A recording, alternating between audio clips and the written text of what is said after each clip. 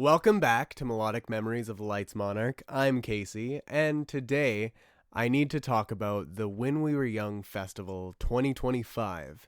I know I went to the one back a few years ago, I believe 2022, and, well, the first one on record, and I finally was able to go again to Vegas to see, this time in particular, Panic at the Disco. Now, those that have listened to my previous episodes already know the reason why I went and that I was going, but for those that don't, it was a trip that was planned for over a year at this point, and it finally came to be. Now, I don't even really know where to begin because so much of it was just an absolute blur, but in the best way. Like, it went by way too quick. The whole festival, the whole trip itself, and it was everything. And that's not even to mention the rest of the week to follow that has passed since. Like, I guess where I should begin is at the beginning. So let me start at the beginning of the trip where it all started with the drive out to Edmonton. And as always, I've got to pay and respect the band that I'm going to see. And this time was no exception. So we jammed to Panic the entire way there and back, and had no problems getting to the airport, where there wasn't any problems getting through security either on both the ways there and back. Which honestly shocked me in the best way, because, that means there wasn't any delay in us getting to where we needed to go, even with the whole government shutdown that the States is going through right now. Again, not going to touch on that, but was expecting a little bit of a hassle. Luckily it wasn't. But then on the plane, even though Logan and I were seated in separate places, I was lucky enough to be seated next to a couple of ladies that were very friendly, and I even ended up making friends with them.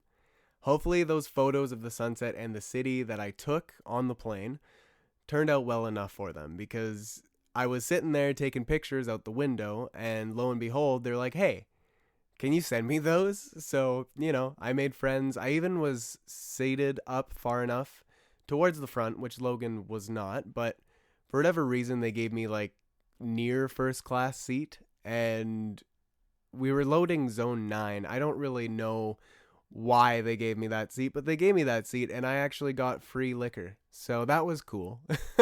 On the way to Vegas, I don't know if that's just because it's a Vegas thing or if that's because of where I was seated. Regardless, it made for a fun flight. Then, in the meantime, on the plane rather, I just jammed out to some more Panic on my headphones, which it somehow ended up being perfectly timed as to where I finished the entire discography deep dive that I was doing for them, while shiny hunting Rayquaza in Emerald as we landed. So I was able to listen to the music, shiny hunt some Pokemon, didn't get fuck all, because holy shit, it takes forever. And those that know shiny hunting, that's not what this is about, but still, I'll touch on that maybe at the end of the episode. But to be in Vegas again, like, as I said, I was there a few years ago for the When We Were Young festival to see My Chemical Romance and Paramore, amongst many, many others, bands that I just were always a dream to see, ones that I didn't think I would ever see. And I was back. I was back in Vegas, but this time, for the second time, even though it was for the same festival, I wasn't alone. I had Logan and I had Crystal, which I met at the last festival themselves. Like, wild to think that's a thing, but wow. But I had Logan and Crystal with me, as we both met her at the Circus Hotel, which, might I say, holy fuck. Like, it is massive. Hello? That's nuts. Like, what a hotel / casino / amusement park / whatever else it is. Because it's massive. It's got so much in it. It's got a roller coaster. It's got, like, casinos for day. Like, I don't even know. I don't even think we've seen all of it, to be honest. We just walked past the same kind of areas. I don't know if there was more to it or what it was, but it's huge. But regardless of it being so huge, it did make for a great place to stay for the festival with how close it was to the grounds itself. And it seemed that we weren't the only ones who thought so, as the majority of people we've seen were repping the festival, or at least some sort of emo attire. because I guess people got early merch. I believe that's how I got a t-shirt as well. Crystal ordered one off of their web store. I don't really know exactly when that went live or what the case was. Didn't really look into it because I was only concerned with getting there and buying merch there, and most of my merch was probably going to be Panic at the Disco stuff. They were who I was here for, so why wouldn't I go for them, right? And that's actually kind of how it went. But after the three of us united, we made a quick wander down the strip, just for a little bit anyways, and we took some photos and stopped off at Happy Camper. Definitely not the first choice, but we found it and stopped off there for some pizza and lemonade. Overpriced, I might say, but maybe that's just because Canadian to US is absolutely abysmal. Though, before we made it back to rest up for the big day, we were able to, catch up on some rest, get ready, get prepared. We got our festival bracelets all activated and everything, and we were ready for that next morning to get up and go to the year in the making festival, to go see not only Panic at the Disco, of course, but many bands. Obviously, we couldn't see all of them as we may have wanted to, but the ones that we did see, it worked out very well. Aside for one, there's one that I didn't care for at all, and I'll get into that. But with it being the big day, the day of the festival, this is the moment. The moment that I had been dreaming of for around, or maybe even close to, over, I don't know, a year anyways. And the day had finally dawned upon us. We got up early enough to when the gates opened for early merch, which I myself got a Panic t-shirt, the one with the mallard on it, and the Panic at the Disco name kind of hanging on a flag as it's flying, with, of course, the festival dates on the back. It's the only one that had it, so that's why I went with that one. Didn't really love the design, but it kind of grew on me, not gonna lie, and I like the green shirt. Anyways, a Panic hoodie as well, because I had to, obviously I had to. It had to match with my MCR hoodie that I got at the last festival. And I would have went for the Lying is the Most Fun long sleeve that they had. Absolutely beautiful, an amazing piece of merch, but it was $100 and my Canadian wallet, it was already crying and still is, so I had to pass on it. But Crystal, she got the long sleeve, as well as a couple Blink-182 shirts for her and I, and Logan got himself a festival long sleeve, one repping the festival. So we bought the merch, we got back to our room to drop it off and grab a few waters while Crystal kept our space in the line. And the crowd for the festival was, yes, it was just in its infancy, but it was growing with every passing moment, to where when they finally opened the first of the three gates, it was already a sea of people, which eventually grew into a vast ocean as the time ticked down to the opening acts. We were lucky enough, although, to meet some kind folks that shared some friendship bracelets with us. Shout out to them, whoever they were. Green beard and pink hair, I believe it was. They were kind of matching the whole festival aesthetic, being it was the pink and green. But amazing people, very nice. I got a friendship bracelet for the Plot in You, which I unfortunately did not get to see. There was just no way for me to go and see them. The crowd, oh my god, the crowd. Again, I'll get into that when it gets to when we went to the main stage, but unfortunately I didn't get to see them. I did get a friendship bracelet for them though, and Crystal, I believe, got a Motionless in White, and Logan got a Red Jumpsuit Apparatus one. So all good things, bands that we all wanted to see. I think we only seen the Red Jumpsuit Apparatus out of all of the three of those, but oh well, is the way that a festival works, especially this one. The way how everything kind of overlaps, there's no way to really make it all happen, unless if you miss out on a little bit here and there.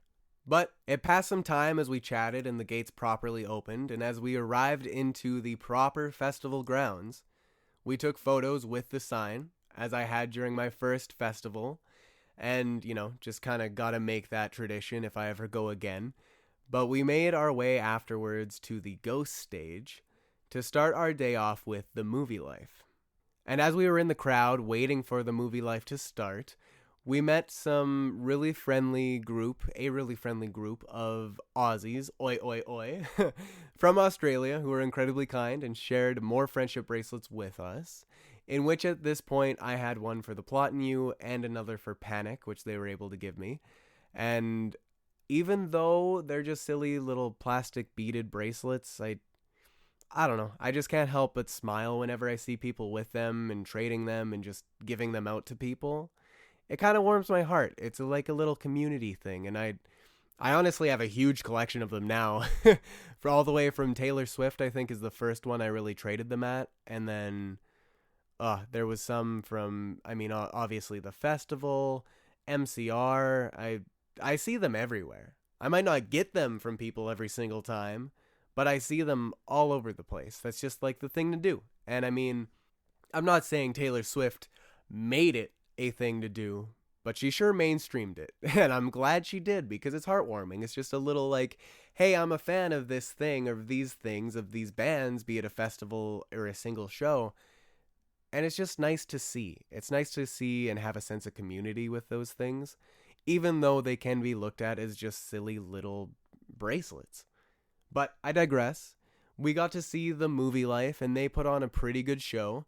I didn't know a single one of their songs beforehand. No clue even really who they were. And it's a shame that I say that, because they put on a good set. And honestly, my favorite part of their set was being able to lock arms, or at least put my arms around Logan and Crystal for their Friends song. He was like, yo, everyone in the crowd, grab your best friend and hold them close, lock arms, and sing your heart out. And I couldn't sing along to it, but it was nice to stand there just kind of in unity with him and Crystal, to just be like, hey, these are the people I'm with. They're experiencing this whole thing with me. And it was a great way to start the entire festival. They brought the energy, they were a great start to the day, and they were able to play, even though I don't know the songs themselves, they played I Hope You Die Soon, This Time Next Year, Hand Grenade, Walking on Glass, Hey, Ship to Shore, and ended with Jamestown. Again, I don't know their music, but they were a good band. They were very pop-punky, very... I mean, they were from New York. They were kind of angry here and there, but at the same time, it sounded like they were just having fun. And I guess they're like around 30 years old, so power to them to still be rocking that hard after that long. Props to them. And a great start, again, to the festival, which then led us to the second act, which we stayed at Go Stage 4, the Red Jumpsuit Apparatus. Now, where do I begin with them? I seen them last time. They were a band that I was able to see last festival that I went to, and I enjoyed their set a lot more last time. I'd have nothing wrong with this set that they did. Obviously, No Kings was their big thing. They have a new album, I believe, titled the exact same thing, and power to them for pushing their message. They are a lot more politically charged than when I first seen them. Nothing saying that's a bad thing. It's good that they're using their voice, and I appreciate that. I do believe this world, no kings. No kings, please. I'm not even American, but no kings. I can agree with that. But for them to just be so angry and come off with such validity at everybody in the crowd, like, their crowd was full of their fans. And maybe, yes, it's an act, or he's speaking to not the people in the crowd and people that aren't there, but just to kind of like look at everyone like, oh, you do what you want, speak up, or just stand there and do nothing. I don't care. And then flips the whole crowd off. I know that's not word for word what he said, but it was really like, I don't know. I just didn't really understand why he was being that way. And not just him, but also the new addition to the band. I don't know their name, but they were there, and they were also very angry. They were the screamer of the band themselves, and I didn't know that they were a part of the band. I had no idea. Apparently they got their start as a photographer at that festival, and they've been apparently a part of a bunch of other bands, just like behind the scenes doing some scream work, which is cool. It's great. And I guess Red Jumpsuit just didn't want to get rid of them, so power to them. Like, full power to them, full send. But the whole show that they did, I liked it. Not saying I didn't. Just wasn't what I was expecting, especially from their first appearance when we were young, when I seen them. Because Buddy up there with the long hair was just like, I don't know, we're here. This reminds me of Warped Tour. Let's go. And it was just a lot more lighthearted. I'm glad that they have something to say. I'm glad they're still making music. I do need to check out their new music, and I'm glad that they're using their voice for something positive and something they believe. I can always respect that. I just don't know why they were being angry towards their fans that were in the crowd. I don't know if it was generally directed towards them, but it was a little bit much for me in that sense. But all the same, they did put on a good show, even though it sounds like I'm complaining about it. I enjoyed it. And they actually ended up playing Bulls on Parade while they spray painted No Kings on the red American flag. I believe it is to show their album cover, if I'm not mistaken, their whole kind of theme this time around. And then actually started the show with slipping through No Kings into Is This the Real World? False Pretense, Brace Yourself, In Fate's Hands, Your Guardian Angel, and of course, Face Down. That set list, it's a good set list. I only really know two of them, and I'm not going to lie.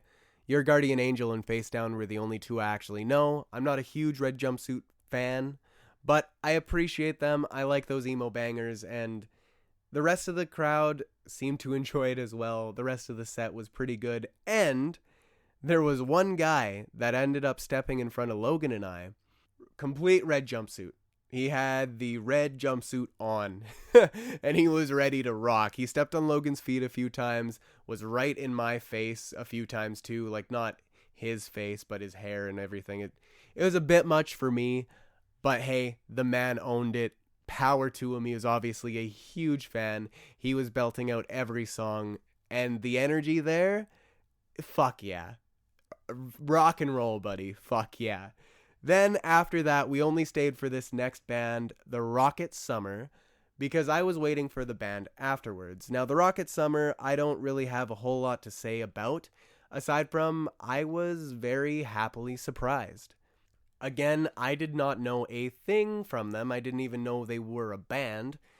But now that I do, it does make me want to check them out a little more. They were definitely a lot more chill and calm than Red Jumpsuit was, but I will appreciate that they kind of pulled a 21 Pilots. It was a drummer and him on piano, or keyboard, and there was a part of the set where the drummer left, and the singer, which was also, again, the pianist, he went onto the drums, recorded some drums, ended up pressing the button to loop it, went over to the piano, hit some keys on the piano, looped that, grabbed his guitar, played the guitar, looped that, and then started singing and was looping that. Like, it was very impressive, and he did it all live. Fuck it, we'll do it live. Like, he did it.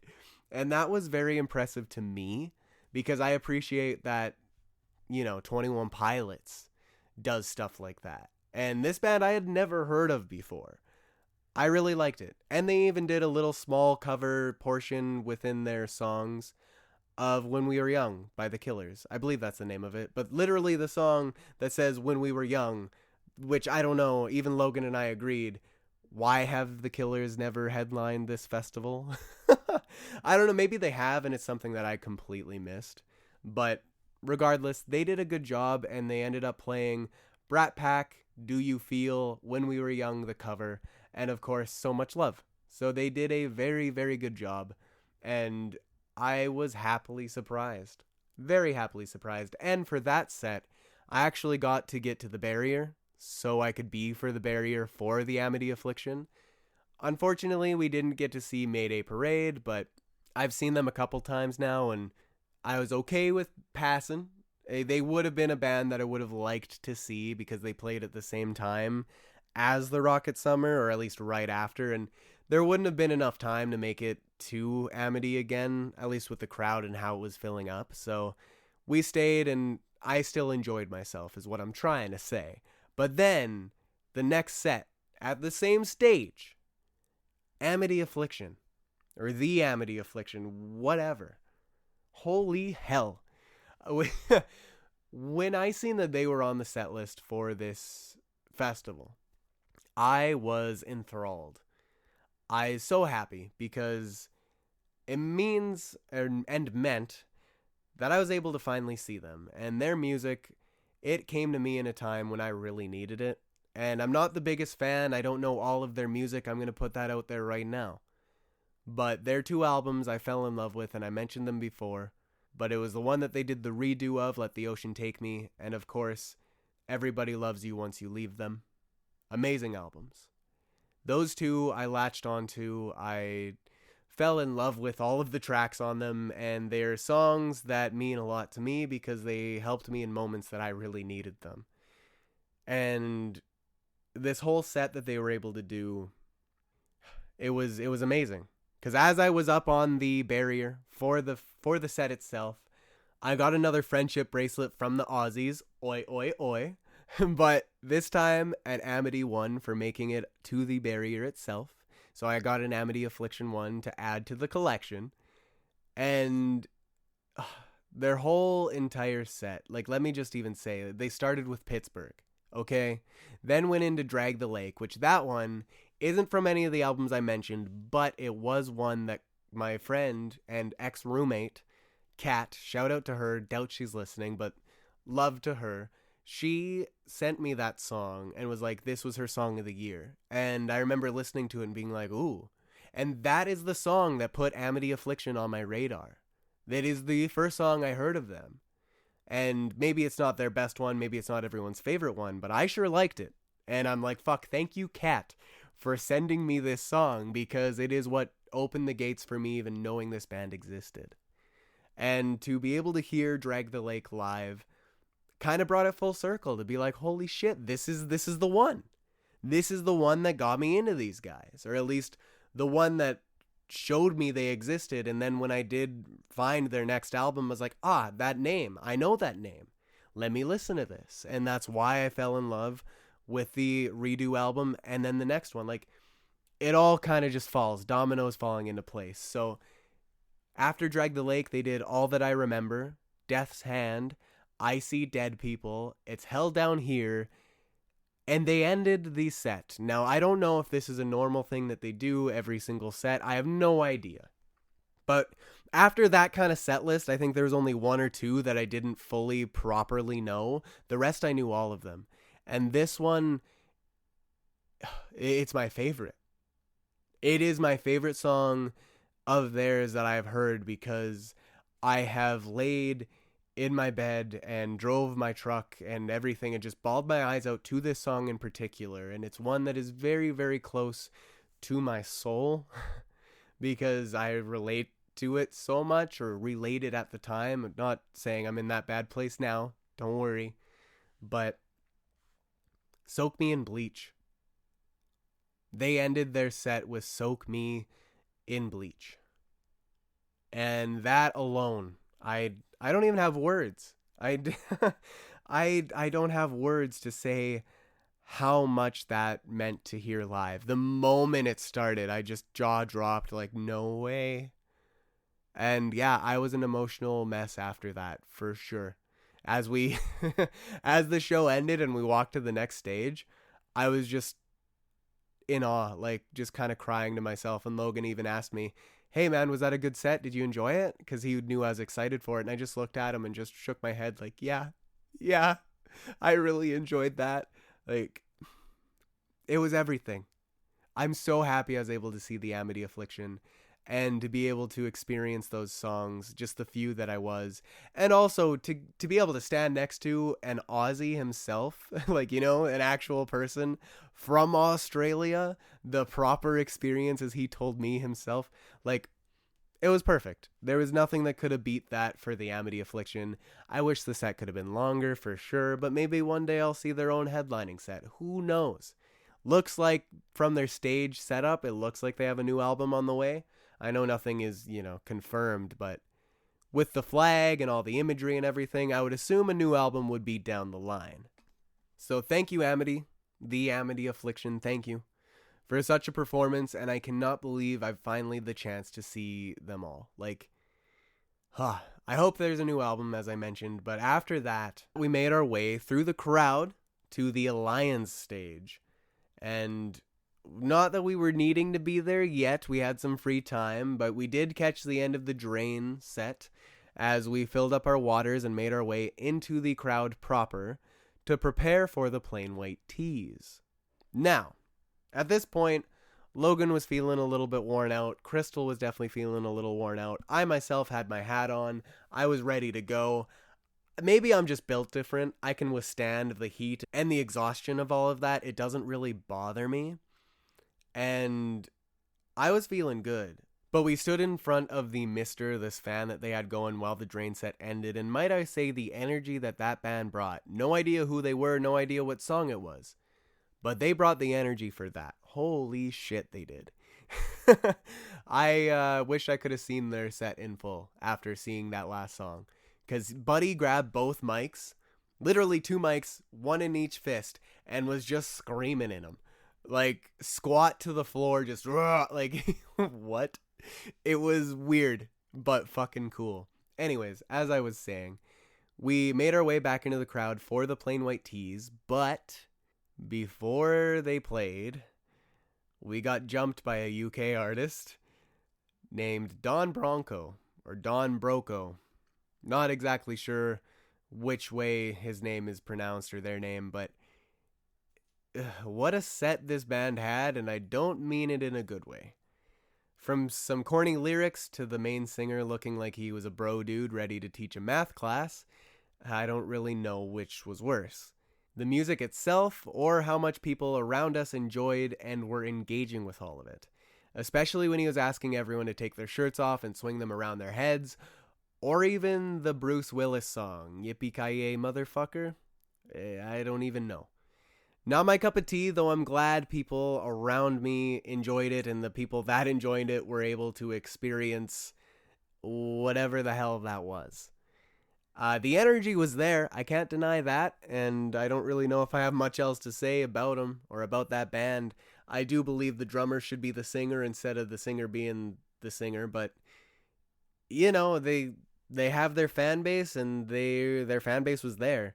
I was standing in the crowd looking at Crystal, looking at Logan, just kind of laughing, like, what the fuck is this? We didn't understand it. We weren't shitting on them. We weren't shitting on anyone else enjoying it. We were just like, what is this? And that alone, I mean, we stood through it. We experienced Don Broco, and that, yeah, least favorite performance of the festival right there. It is what it is. We were just there to then eventually get into the Plain White Tees. Now, they put on a pretty good set. They started a little bit late, but the only reason we really went over to see them was because Logan was the big push for that. He wanted to see the Plain White Tees, and I was down to see the Plain White Tees. I mean, I only really knew Hey There Delilah and maybe a handful of other ones. And that showed when they actually played their set. I think there was maybe 3, maybe 4 that I knew, but I think only 3. And they honestly put on a good show. It was weird to hear them following that, but they still did a great job, and they were the Plain White Tees. They are the Plain White Tees, and their name goes to show, you know, they have kind of stood the test of time from the early 2000s to now. I don't really know where they've been, what they've been doing, but their set at the festival, it was really good. And I really quite enjoyed it, not gonna lie. Even though it was probably the softest set that we were able to see. Aside from Weezer, but I'll get to that later. Now, the Plain White Tees, they played Would You Even into 1, 2, 3, 4. I know that one. Hate, I Really Don't Like You. Into All That We Needed. Dance Dance, a Fall Out Boy cover. Now, before I move on in the set list, that Dance Dance, they played like the last verse of it, I do believe, the last chorus and verse.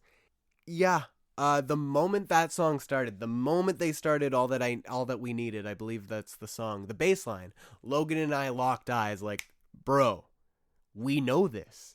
What is, this is the same bass line as Dance Dance. And sure enough, they finished the song with the Dance Dance. Like, chef's kiss. Very good. It was hilarious that we were able to see Fall Out Boy earlier this year together and then still get more Fall Out Boy at the festival. Like, it made me laugh and made me happy. But they ended up playing Rhythm of Love after that and ended with, of course, the iconic Hey There Delilah. Now, I knew I guess, two of the songs, maybe three. I can't remember the name of which one it was, but there was one other that I recognized. And no, it wasn't the Dance Dance cover, even though, yes, that I did recognize. Like, instantly. Again, Logan and I, the moment it started. But they put on a really good show, even though they were, again, the softest band there. And I don't really have much else to say other than good job, Plain White Tees. You guys did really well, and the set itself was solid. Even though, why weren't y'all wearing plain white tees? Buddy was wearing like a pink jacket with a black t-shirt underneath. You're the singer. You're the front man. You can still wear your pink jacket. Where's the plain white tee? I don't know. It made me kind of curious. Like, I thought that was their shtick, you know? But behind them, on the screen behind them, their logo was literally just a plain white tee, I believe, hanging off of a mic stand, or on a clothes hanger hanging off of a mic stand. Can't get more simple than that. Good job, guys. But then, after the plain white tees, we ended up making our way through the crowd once again, and this time the crowd was very packed, because I guess a lot of people were going right to the main stage, which is what we were doing as well. Made our way through the crowd while catching like the end of the Cab set. Again, a band that I would like to have seen maybe a little bit more of, because I do know some of their songs. I don't have a huge attachment to them as much as some people do, though, so I didn't cry about missing out on it. My favorite song of theirs is One of Those Nights, the one that they had both Brendan Urie and Patrick Stump in. So I doubt they would have played that one. Maybe they did. If they did, hit me up at Lights Monarch. Let me know if you were able to see them, because I'd love to hear about it. Maybe get some videos, share them back and forth. But I will be posting every video I took myself on my TikTok, again, at Lights Monarch. Go check it out. Follow it. I'm going to be posting it over the next few days and probably ending up on the Saturday if I'm able to manage it. They'll all be posted soon. But as we were walking through the crowd itself, wow, did it ever get packed.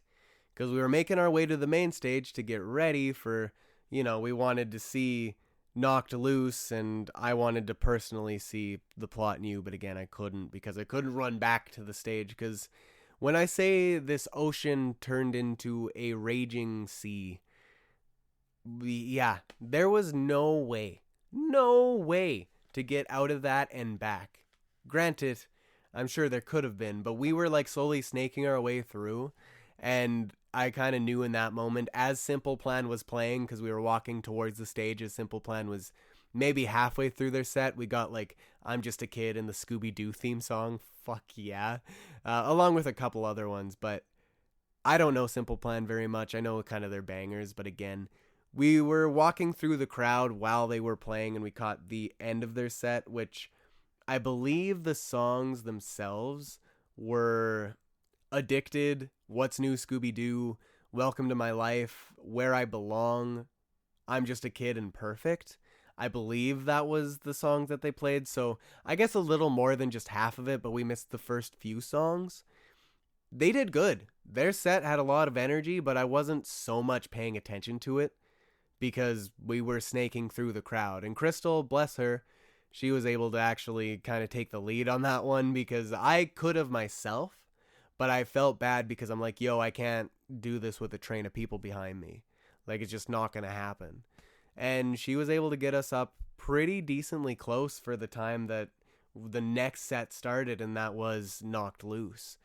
Now, we were kind of main stage facing the 7-Eleven stage instead of the Pink stage, which Pink stage is where Knocked Loose played. Simple Plan was on the 7-Eleven stage, but the reason why I wanted to be in front of the 7-Eleven stage was, well, that's the stage Panic at the Disco was performing on. And again, the main reason I even wanted to go to this festival again, I'm not somebody that even wanted to go back to Vegas. It was for Panic at the Disco. Now, to get into Knocked Loose, since we seen a little bit of Simple Plan as we were snaking through the crowd, and we got to Knocked Loose, and mind you, this entire time as these sets are going, we are slowly sneaking up. Like, not really meaning to, but there's a space opening up, we kind of move into it. Another space opens up, as people leave, we move into it. And as the crowd shifts, we're kind of getting pushed up a little bit more and more up to the, not exactly the front of the barricade or to the front of the stage, but very close, and way closer than I thought we would have gotten for Panic at the Disco by the time the night ended. Mind you, by the time we were in this crowd, it was only 3 o'clock, 3:30, and we were staying there because at that moment I knew there's no getting out of this. And if I get out of this, there's no guarantee I'm getting back. I'm going to just have to hold whatever any bowel movement, like there's nothing. Prioritize, keeping the water at a minimum, drinking only when I need to, and staying here because I'm stuck here until 10 p.m. And if not later, because Panic, I believed, closed 10 p.m. to midnight. So I was staying in that crowd, in that massive sea of people, which if you're able to see some drone shots of the festival, you'll know exactly what I'm talking about. It spanned like yards, I might be exaggerating just the tiniest bit, but wow, it was packed. And there wasn't a lot of space between people neither. So holy hell. But again, I digress. We got to see Knocked Loose. Now, Knocked Loose, they put on a really good performance. At least I thought so. I know they're not really Logan nor Crystal's cup of tea. But they were able to play Blinding Faith, Don't Reach For Me, Mistakes Like Fractures, God Knows, Moss Covers All, Take Me Home, Suffocate, Billy No Mates, Counting Worms, Deep in the Willow, and Everything Is Quiet Now. Now, what a good set. Again, I don't know them very incredibly well. I was surprised. I thought they did a great job. I really enjoyed their set, and being able to rock out to Knocked Loose without ever expecting to see them was really cool. I respect them for kind of breaking out into the mainstream in that sense. I don't believe they should have been on one of the main stages. Not saying that because they don't have it, but more so saying because I don't think many people were into it. At least not on the side I was. Maybe if I was on the pink stage side, I would have kind of got a little bit more of the crowd enjoyment. But on our side, there wasn't a whole lot of people that were really getting into it. Except for one girl. I believe it was during this set anyways. She crowd surfed. And absolutely ate shit. People dropped her. And I seen it happen. Face first into the ground. She got right back up. She was drunk. I don't know how she made the rest of the festival. No clue. Because she was fucked. But she made it. She's alive. She must have had a great time. But again, I digress. To see Knocked Loose, it was really, really cool. And then after that, of course, it went into All Time Low. Now, All Time Low, it's a band I've seen before. Crystal has seen as well. Logan, he has not. And I don't know if he really enjoyed it a whole lot, but from what I know, he did. And they actually played some new songs. Now, their new album came out not too long ago. I think that Friday before the festival. I still have yet to hear it. I still haven't looked into it. I will eventually, but I really enjoyed their set. Especially the songs that I have never heard before live, and that mainly being the new ones. Now, they started their set with Sucker Punch, which was awesome to hear live. I do love that one. Into Weightless, PMA, Damned If I Do, Damned If I Don't.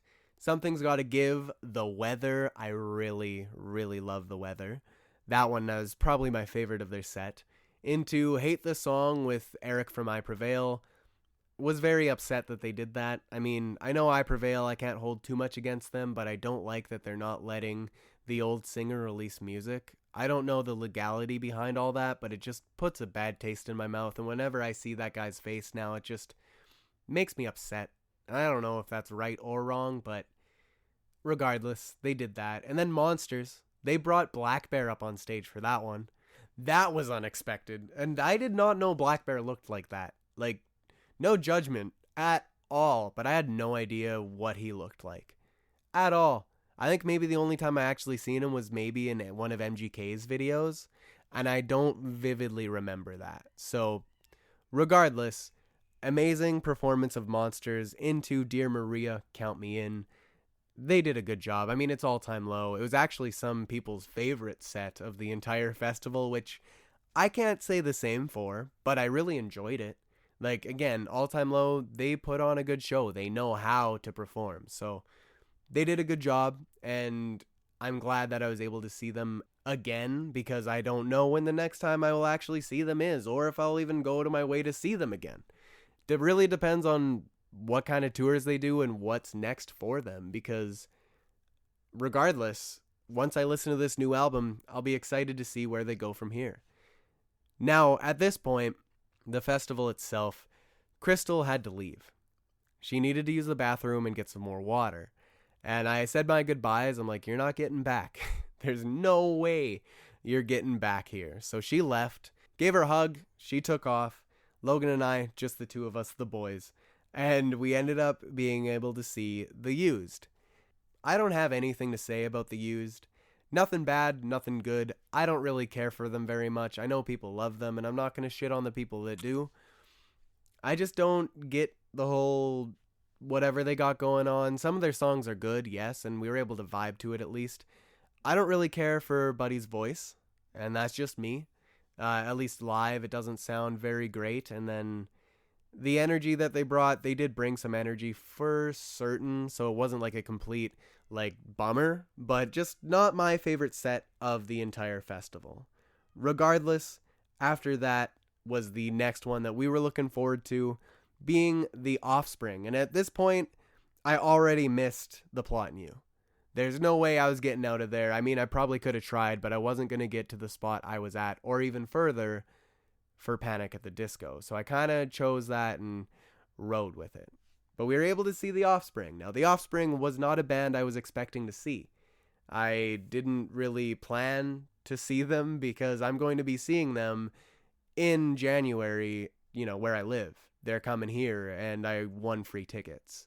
So I'm going to be seeing them already.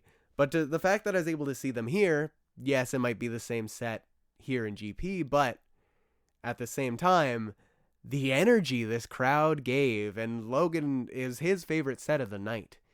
Now, the energy that this crowd gave, let me tell you, that was unlike anything I could have expected for The Offspring, especially with how much Paul continuously would tell me how bad they sounded, or how much he didn't enjoy their set the last time they came to my town.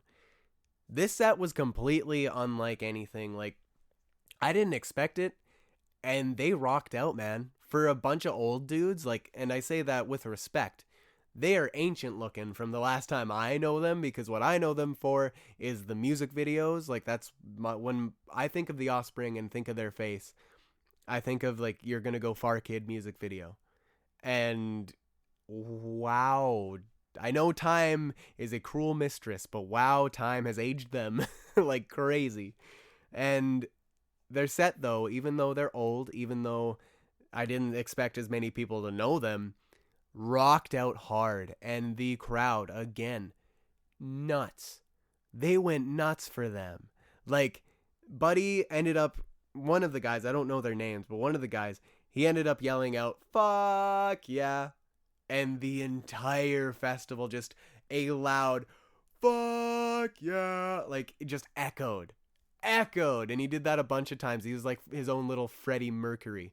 It was crazy. It was so cool. But they ended up playing Come Out and Play, Want You Bad, Bad Habit, Gotta Get Away, Why Don't You Get a Job, Pretty Fly for a White Guy, The Kids Aren't Alright, You're Gonna Go Far Kid, and ended with Self-Esteem. Very good set list. They even brought out a special guest, being the white guy. He was doing his little dance. It was funny. It was actually very comedic and very funny, and their whole stage setup was really cool. I liked these skeletons, blow-up skeletons they had that were kind of blowing out smoke, and even the wacky inflatable armed tube men, whatever, I can never say that properly, of the white guy himself. It was fun. They put on a good set, and they were having fun with it, and they were like, "Holy shit, we can smell the weed you're smoking up here." I guess there was a lot of weed to be smoked, which, fuck yeah, it was an amazing time.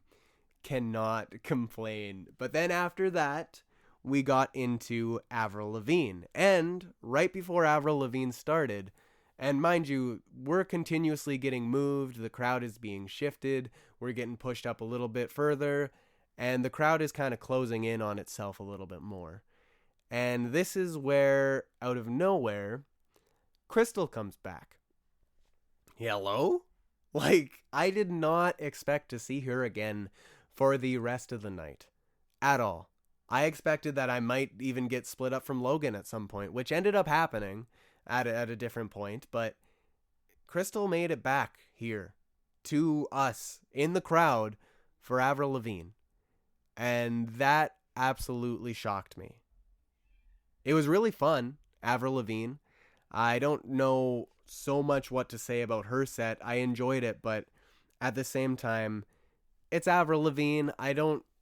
For me personally, I don't fully respect her just because of what she chooses to do to the people that are close to her. And maybe I don't know the whole story, but I respect her as an artist enough to enjoy her old music that I kind of grew up with to an extent. So it was good in that sense because she did kind of play more or less a greatest hits set. There wasn't really many songs in there that I didn't know, and there wasn't many new ones either. I think the newest song she did was Bite Me, and that was probably like the lowest of the set, but she ended up starting right out of the gate with Girlfriend, so fuck yeah. What the Hell into Complicated, Here's to Never Growing Up. I was super happy to hear that one. My Happy Ending, I'm With You, which that one made Crystal and I cry. Young and Dumb with Simple Plan. That one I didn't really know, but that's a newer one as well. Bite Me, and then ended the whole performance with Skater Boy. Now that was really fun. She put on a great set. Skater Boy, a classic. A classic. I know it's not that old, but I can't help but saying a classic because it makes me smile. Just one of the songs that I remember very fondly from growing up. And to be able to see Avril Lavigne, I wouldn't have went out of my way to see her. But the fact that I was able to actually see her, it was a good time. And I very much enjoyed her set, even though it wasn't my favorite. And I do think that she kind of doesn't want to be performing the songs she is. I don't know. Something about her performance made me feel, again, maybe I'm looking too far into it, but it made me feel a little bit like she wasn't exactly, maybe not happy to be there, but maybe more so not exactly happy to be performing those songs. Like it was just called kind of an act. I don't know. That's how I kind of felt about it. I get it, at the end of the day, it's a performance, but her heart doesn't seem to be in it, as cheesy or weird as that sounds. Then, anyways, after Avril Lavigne, and now that Crystal is back with us, we got fucking wheezed. We got wheezed. And I don't know how to feel about it, because they're set. I mean, okay, this might piss people off. This might really piss people off. Weezer, I don't get it. I don't get it. And I think I'll leave it at that. I don't want to make anyone upset. I'm not going to say anything bad about them because I don't really have anything bad to say. But I just personally do not get it. Also, one stupid thing with Weezer's set, nothing to do with them either, but there was these idiots, and I say idiots with full anger, that grabbed the circle pit banner thingy, like the actual circle that expands into a circle for the pit. They were carrying it towards the front of the stage to have their own mosh pit during Weezer. Weezer is not a moshing band. Their songs that they were playing, they were standing there like dinosaurs, okay? I don't get why people were moshing so hard. Maybe it's just a joke. I don't know. But regardless, they grabbed this circle pit, pushing through the crowd, lying, saying they were trying to get to this injured person that they were trying to get medics to. They just awful human beings. I don't know what the fuck was possessing them, what they were trying to do. Just shitty. And it made the experience not very good for Weezer's set. It was fun to get wheezed again, like it's the meme. And they ended up playing a few songs that I knew here and there, but I don't know, man. Like, we got My Name is Jonas, Hash Pipe, Surf Wax America, Undone, the Sweater Song, Island in the Sun, Pink Triangle, Beverly Hills. I just threw out The Love of My Dreams with Blonde Shell, Pork and Beans, Say It Ain't So, and ended it with, of course, Buddy Holly. Like, I don't know. I don't get it. I was kind of excited for their performance because of the meme and getting wheezed with my buddy Logan. Like, that was fun. It was. And the entire mosh pit fiasco, that was kind of a lot. I didn't so much get too angry about it or upset because I was kind of expecting that throughout the whole festival. Like, it's a lot of people. But I know Crystal got a little bit anxious and kind of concerned with the safety of everyone. And I know Logan was kind of pissy about it just because, like, he was getting scratched and, like, was just, please, for the love of God, stop kind of thing. So, regardless, Weezer's set was Weezer's set. I mean, we got wheezed. We got what we came for. Then, after them, was the one right before the big one, and also a band I was looking forward to. Unfortunately, disappointed me just the slightest bit. Not that I was really disappointed, but just, I don't know what I was expecting or what I was hoping for with them. But it was Blink-182. Now, Blink-182, what a performance, all the same, even though I know I just said I was disappointed, but they know how to put on a show, and wow, are they ever stupid. I mean that with love, of course. They just have a really funny way of their humor, very childish humor, very, bro dude kind of college frat guy humor. Jizzing on the crowd. I believe their confetti that they had was little sperm.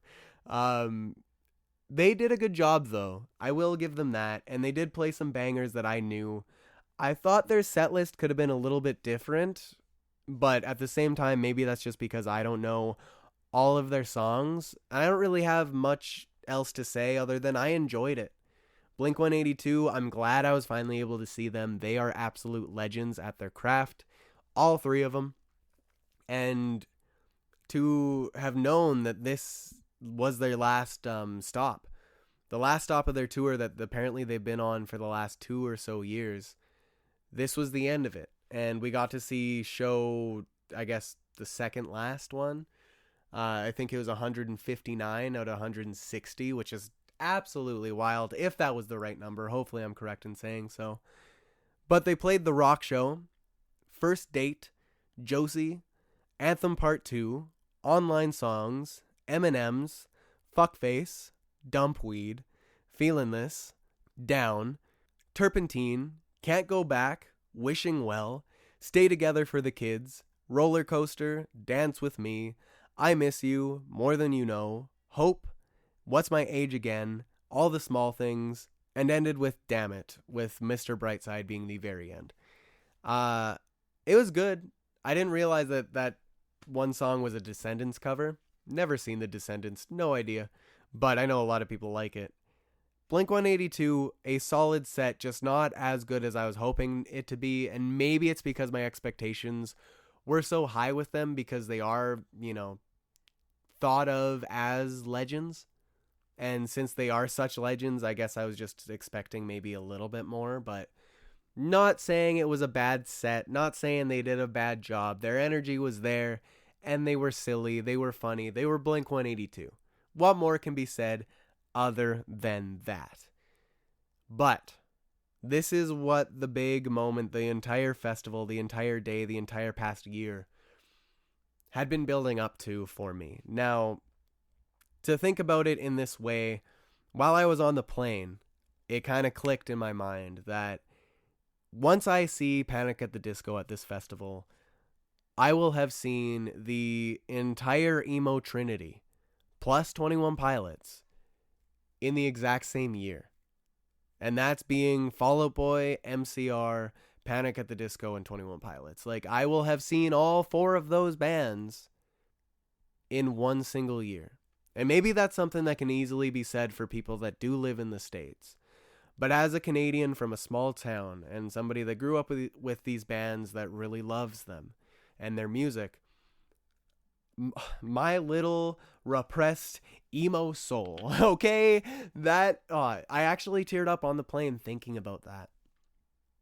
Like, not only am I going to see Panic at the Disco, finally, a band that I thought I would never, ever get the chance to see, ever in my life, because I thought they were truly done. Maybe one day we'd get a festival or a reunion show, whatever they do, like maybe one day. And if that day ever comes, I'm making it there. And that's what this show was for me. I can't believe that I was finally able to see Panic at the Disco. Brendan Urie. Like, I know in my last episode I said they aren't that emo anymore, but I don't really know what I was saying. They're one of the great emo bands, even if some people might say, oh, they're not emo. Like, I have to digress, even though I said it myself. They are emo, and they are one of my emo favorites, okay?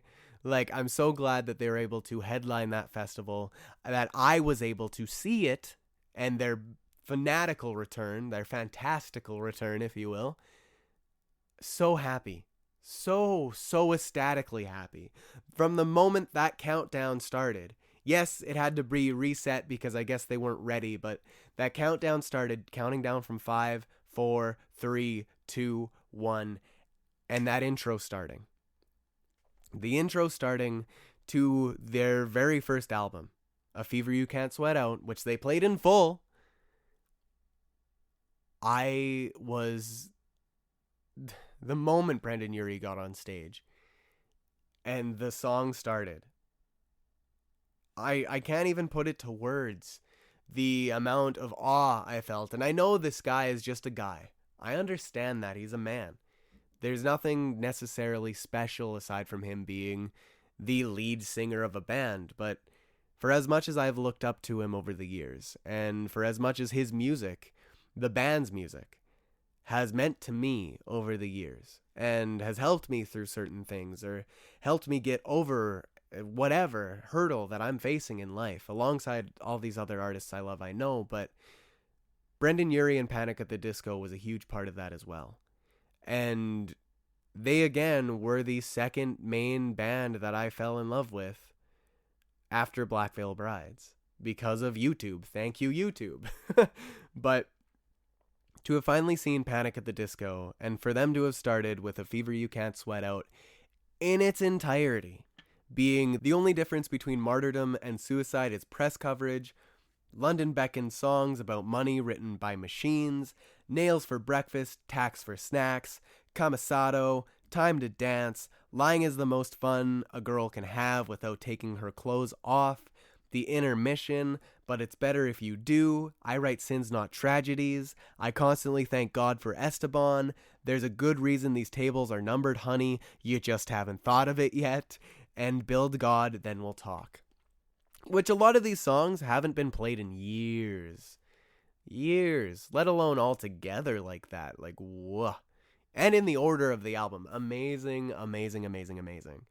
The energy that Brendan Urie was able to bring, and the energy that the crowd gave. Like, when it went from But It's Better If You Do into I Write Sins Not Tragedies, the moment that those violins kicked out and it just went to the piano, the dun-dun-dun, like, the woo, like, the scream of the crowd, the roar of the crowd that came with that was so cool to be a part of, and to belt out all of these songs that I grew up loving was so much fun. And not only that, but the awe on Brendan Urie's face, the absolute shock and admiration that he was able to feel for us, because he was shocked. He did not, and he kind of said it on stage as well, he did not think that would be the reaction. Like, he was shocked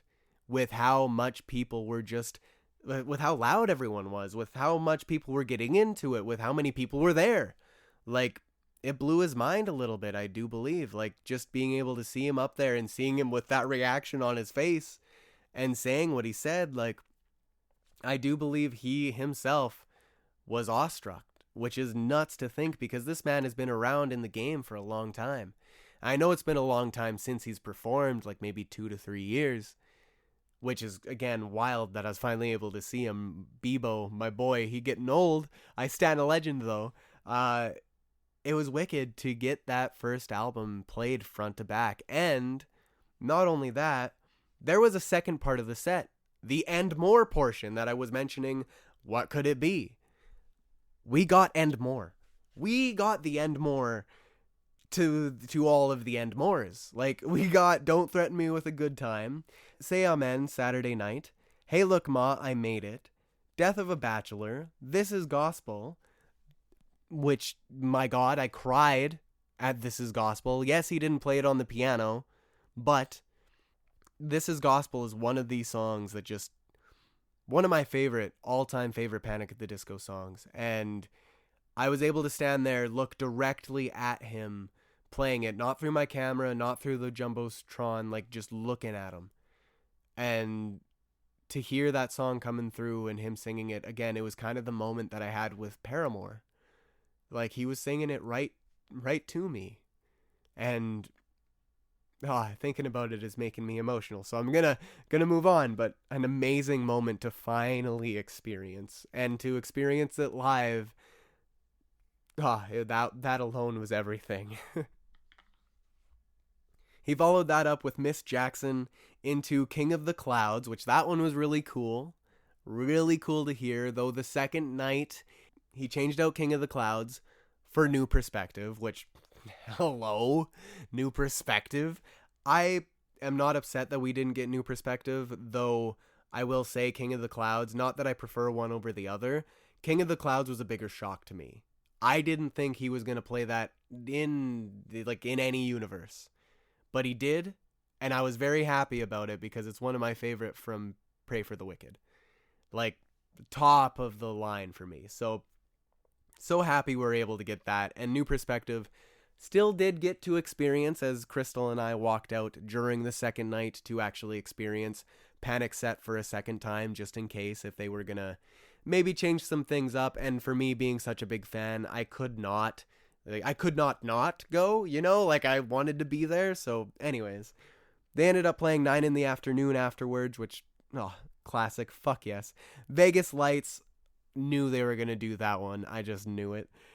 Emperor's New Clothes, Girls, Girls, Boys, which everyone was given a little cutout heart, a little cutout paper heart, to put in front of their flashlights and shine at him. They were all the colors of the rainbow, because obviously if you know Girls, Girls, Boys, you know that it is a gay anthem, one that he wrote himself after his first gay experience, or at least I believe that's what he said, his first threesome, and his kind of acceptance towards all that. And that song itself, I adore it. The fact I was able to scream that at the top of my lungs, Love Is Not a Choice, beautiful, beautiful. It was amazing to be a part of that, to actually be able to hold up my camera and the light and get that, just everything. I'm very happy we got that. And shout out to whoever cut out those paper hearts. I know that was a fan project. Thank you for finding me and allowing me to be a part of that, because I'm so grateful. And House of Memories into Bohemian Rhapsody. Awesome that we got that as well. I was expecting that too. Victorious, High Hopes, and then I Write Sins, Not Tragedies for a second time, but this time with Spencer Smith. Fucking Spencer Smith. I thought the two of them hated each other, just as everyone else in the fandom thought. But no, I guess they made up, they made amends, I don't even know. But we got I Write Sins, Not Tragedies for a second time, but this time with Spencer Smith. That was so cool. I know it didn't get the entire whole lineup back together. I know Ryan Ross still has nothing or wants nothing to do with all of it, but we got Brendan Urie, we got Spencer Smith. Is there going to be more to come? I can't not ask the question.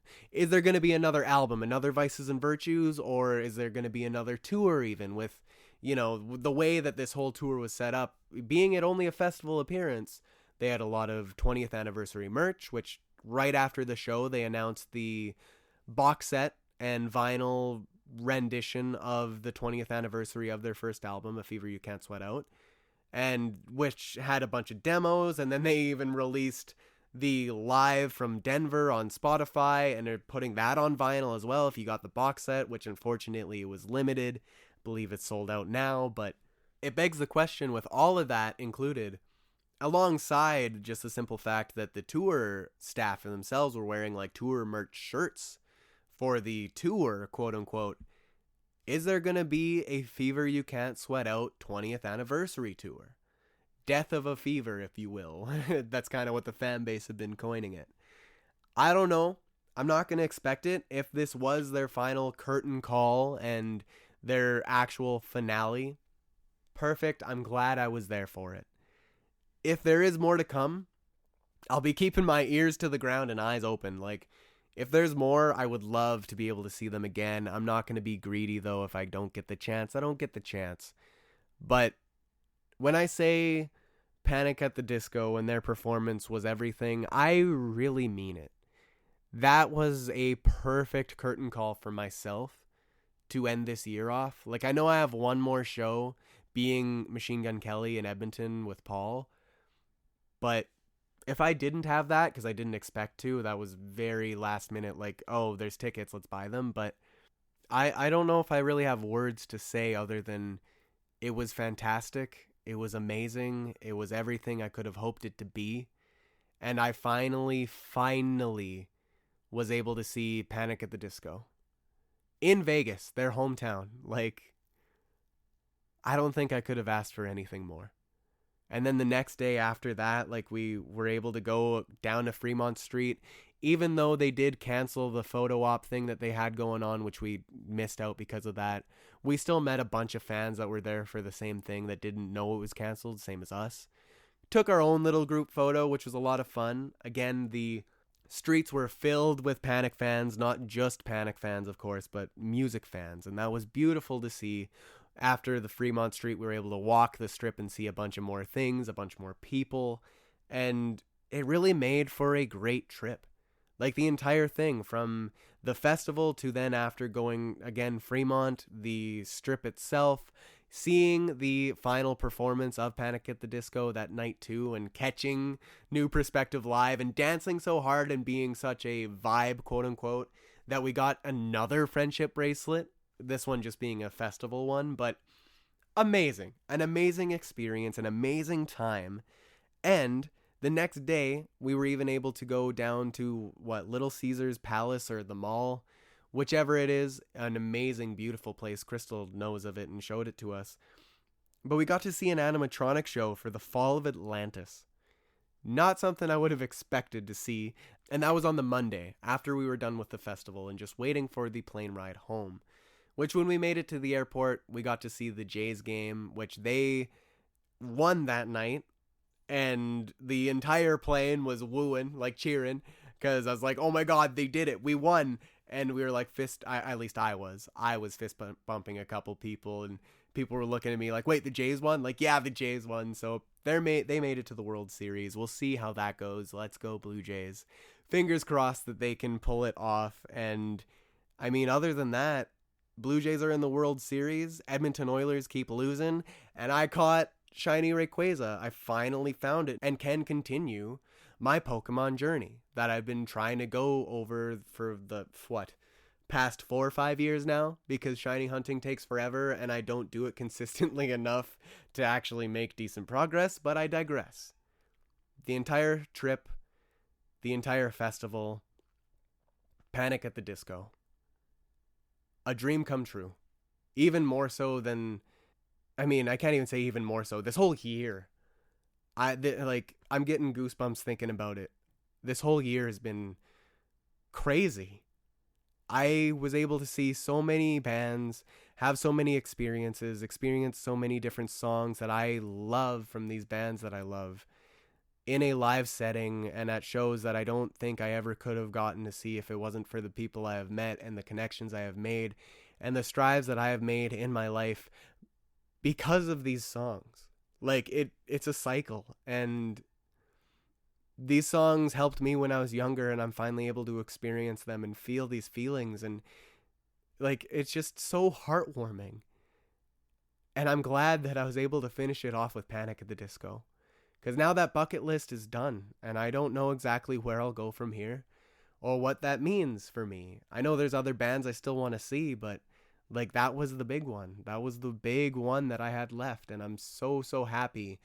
I was able to experience it, and I'm so very grateful for not only you, Crystal, for getting this to happen, but Logan for coming with and experiencing it with us and with me, and for Panic at the Disco for finally coming back.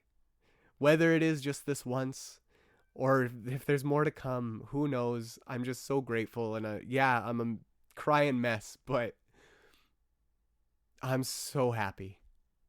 Panic at the Disco, thank you. And to everyone listening, I hope you enjoyed my rambles, and if you experienced When We Were Young Festival, let me know, at Lights Monarch on all socials. Tell me your experience, because I would love to hear it. Thank you so much for listening, and thank you for discovering the music within.